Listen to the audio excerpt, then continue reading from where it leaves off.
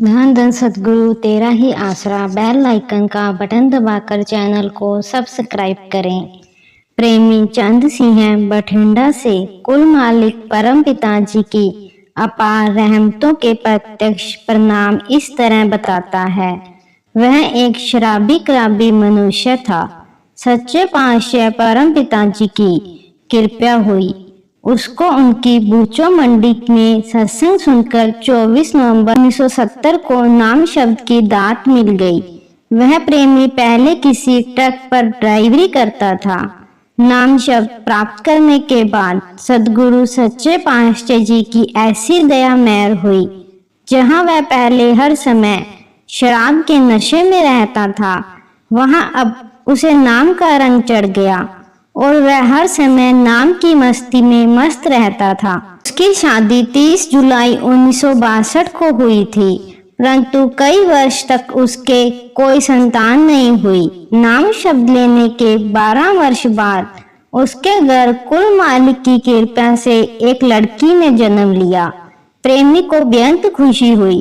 वह उस लड़की को हजूर महाराज जी से आशीर्वाद दिलवाने तथा उसका नामकरण करवाने के लिए यहाँ ले आया। दयालु दातार सदगुरु जी ने अपने पवित्र मुखारबिंद से फरमाया, भाई हम लड़कियों के नाम तो नहीं रखते, परंतु तुम्हारी सेवा व प्रेम देखते हुए इसका नाम रख देते हैं। परम पिताजी ने प्रेमी के परिवार को आदेश दिया, भाई तुम इसका नाम आशीर्वाद कौर रख लो और अच्छी तरह से याद कर लो। परम पिताजी के प्रत्येक वचन में राज की बात होती है। प्रेमी अपनी लड़की को परम पिताजी की तरफ से आशीर्वाद दिलवाने और उसका नाम रखवाने के लिए लाया था। अंतर्यामी दयालु मालिक जी ने अपने एक ही वचन से 2 काम कर दिए और साथ में सारे परिवार को आशीर्वाद भी दे दिया। जब से यह प्रेमी नाम शब्द लेकर सेवा में लगा हुआ है, सच्चे पातशाह जी के आशीर्वाद द्वारा उसके घर में बेअंत बरकतें व रहमतें प्रत्यक्ष देखने में आई हैं।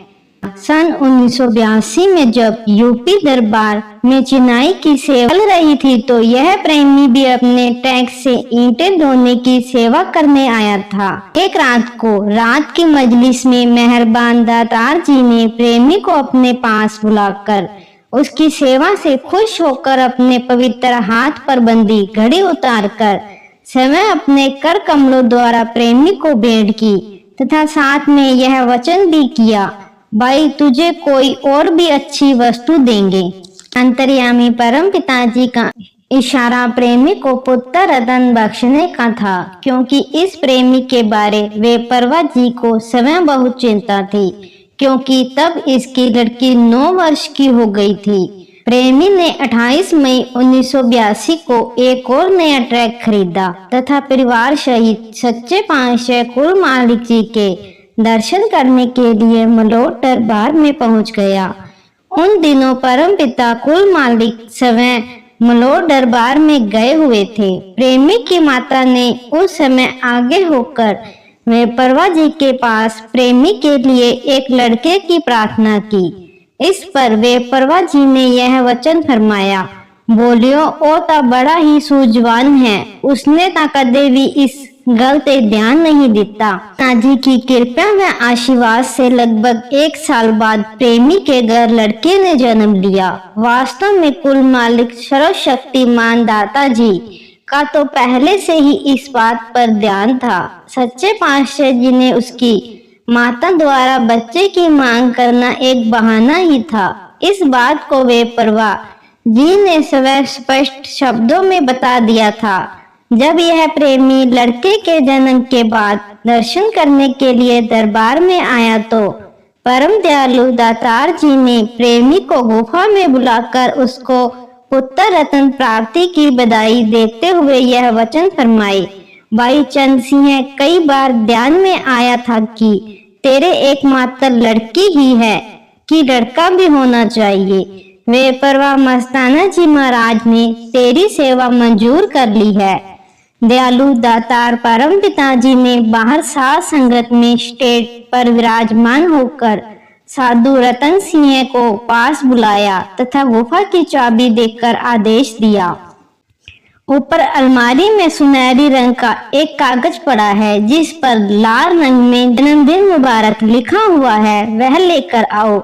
हजूर परम दयालु कुल मालिक जी ने अपने प्रत्येक जीव के संबंध में कितना ध्यान रखते हैं, यह बात उपयुक्त प्रत्यक्ष परिणाम से स्पष्ट हो जाती है। सच्चे पातशाह जी ने वह सुनहरी कागज लाल अक्षरों में जन्मदिन मुबारक लिखा हुआ इलाही तोहफा तथा बेअंत रहमतों का खजाना प्रेमी चंद सिंह को देते हुए यह वचन फरमाया, भाई जिस कमरे में लड़का रहता है यह उसी कमरे में लगा देना। उसी समय परम पिताजी ने अपने पवित्र कर कमलों द्वारा उसको प्रसाद भी दिया। जो मनुष्य सच्चे व पवित्र हृदय से कुल मालिक की साथ संगत की सेवा करता है उसको कुल मालिक अपनी सब बरकतें तथा रहमतें प्रदान कर देता है। अर्थात कुल मालिक अपने बच्चों से कुछ भी छुपा कर नहीं रखता। परम पिताजी की कृपा से अब इस प्रेमी के पास 3 ट्रक हैं, रहने के लिए एक बढ़िया मकान तथा दुनियावी सभी प्रकार की सुविधाएं हैं। कल भी वह परम पिताजी की दया मेहर से दरबार की सेवा दिन रात करता है।